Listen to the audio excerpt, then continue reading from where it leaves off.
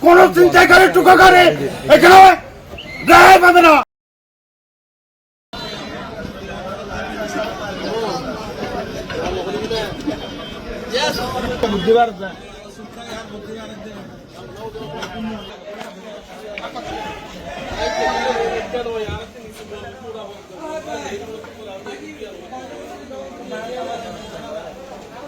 কক্সবাজারে টোকাই এবং হাইজাক বেড়ে গেছে।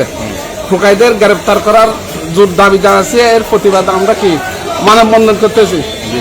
আমরা যদি নিজেরা যদি সচেতন হই, ইনশাল্লাহ এরা সংখ্যায় কম, আমরা সংখ্যায় অনেক বেশি। আমাদের সাথে পারবে না, কেউ পারবে না ইনশাল্লাহ।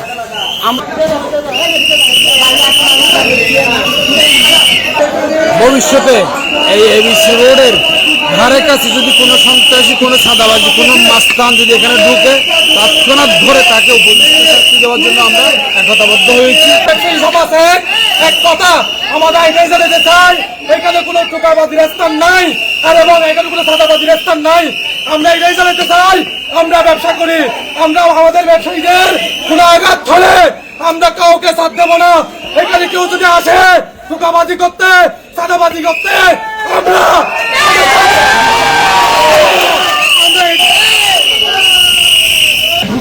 ঢুকা মাত্র তাকে ধরে এই ব্যবসায়ীরা তাকে উপযুক্ত শাস্তি দেওয়ার পরে তাকে আবার আমরা থানা হস্তান্তর করবো সেই সিদ্ধান্ত নিয়েছি। সেই সিদ্ধান্ত উপলক্ষে আজকে লাঠি মিছিল, লাঠি সমাবেশ আমরা করেছি।